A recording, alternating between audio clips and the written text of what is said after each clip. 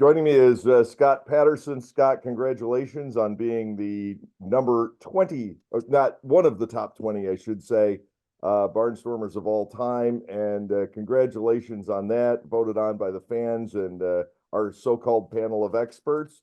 You made it to the top 20, a long and storied career in and out of Lancaster. And I know it's a place you have a great deal of fondness for. Yes. Thank you guys. And definitely one of my favorite places I played of all times. I know that. I played a lot, but Lancaster's up there. Yeah, you came to the Barnstormers initially as a starting pitcher. It didn't work out so well. You reinvented yourself later that season back at Gateway, and you came back and turned into certainly one of the great closers in the history of the franchise, and really our first top flight closer. Tell us a little bit about that transition and what led to it.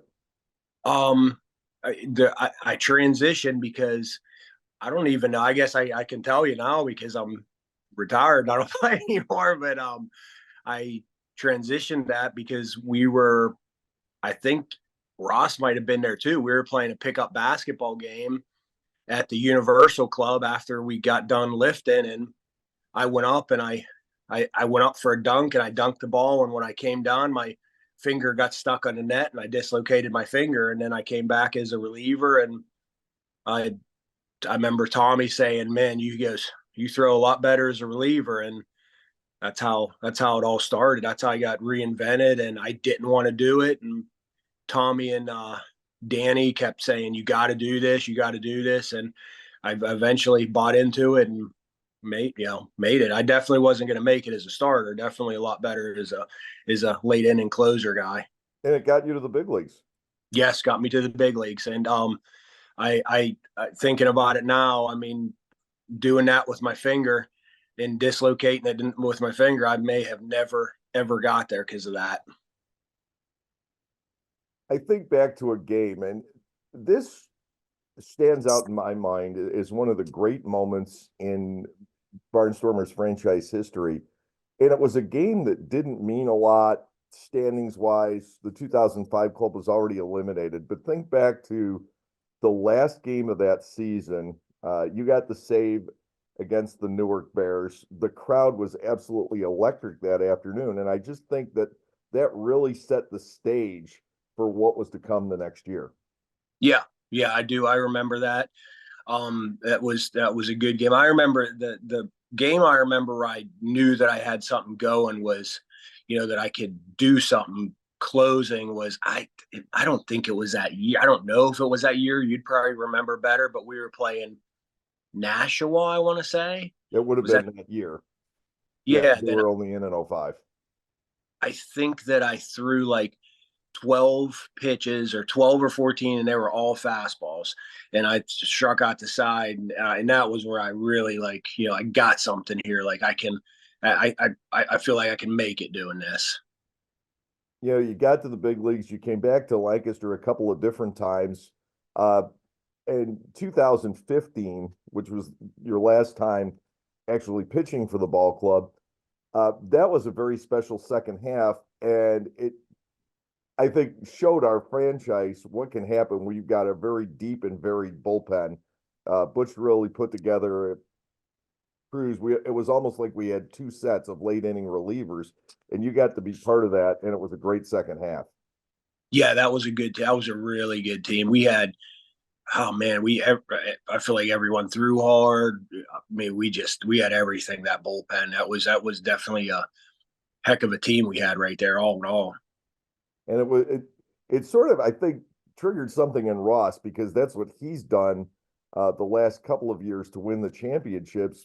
A lot of the strength of the ball club down the stretch and through the playoffs was that kind of bullpen depth that he's been able to put together, not from the get-go, but late in the season, and it's really helped to carry the team. It seems to be a very important feature of not only Barnstormers baseball, but of the game the way it's played today.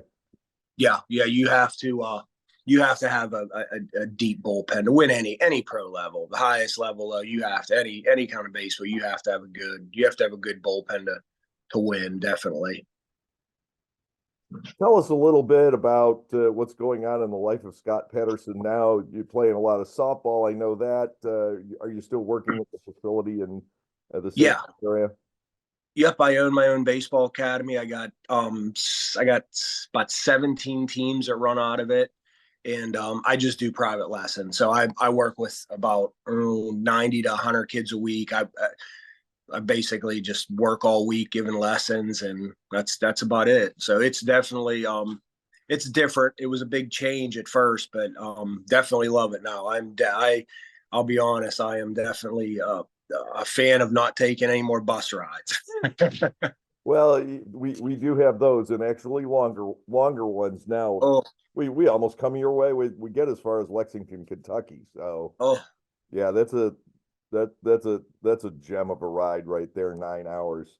Coaching started for you with the Barnstormers back in 17, and you want to talk about really good Barnstormers clubs. That was another one. yeah, that year, shoot, we had so many guys that signed that year. It left us, and we just kept. It was crazy because we had guys sign, would bring in another good one. I was like, holy heck, I couldn't believe there was that many good players, still left out there, and we just kept re-signing and building, and it was a heck of a year. Yeah, it was a frustrating year. Tied for the best record in the league. Didn't get to the postseason and have a shot that year. That happens with the split season situation. Kind of made up for that last year. Yeah. Didn't have one of the best records in the league. Won the championship, so it all evens out in the long run. But you certainly got to be well. You were a big part of the first half winning team back in '06, and then got to the big leagues from there. But certainly a part of Barnstormers baseball, and obviously the fans have a lot of positive feelings still about Scott Patterson putting you in the top 20 of all time. Oh, that's awesome. I can't thank them enough. That's a great place. Great fans too. I still, man, all those fans are great. Olivia, I still talk to her every once in a while. Just good lady. Oh yes, absolutely, and still just as involved as ever. Oh yeah. Yep. So anyway, let you go on. I know you've got some softball business to take care of today. And we'll catch up with you if you have a chance. Maybe we can get you back into Lancaster at some point this summer. Oh heck yeah. I'm always willing to come there. Love that place.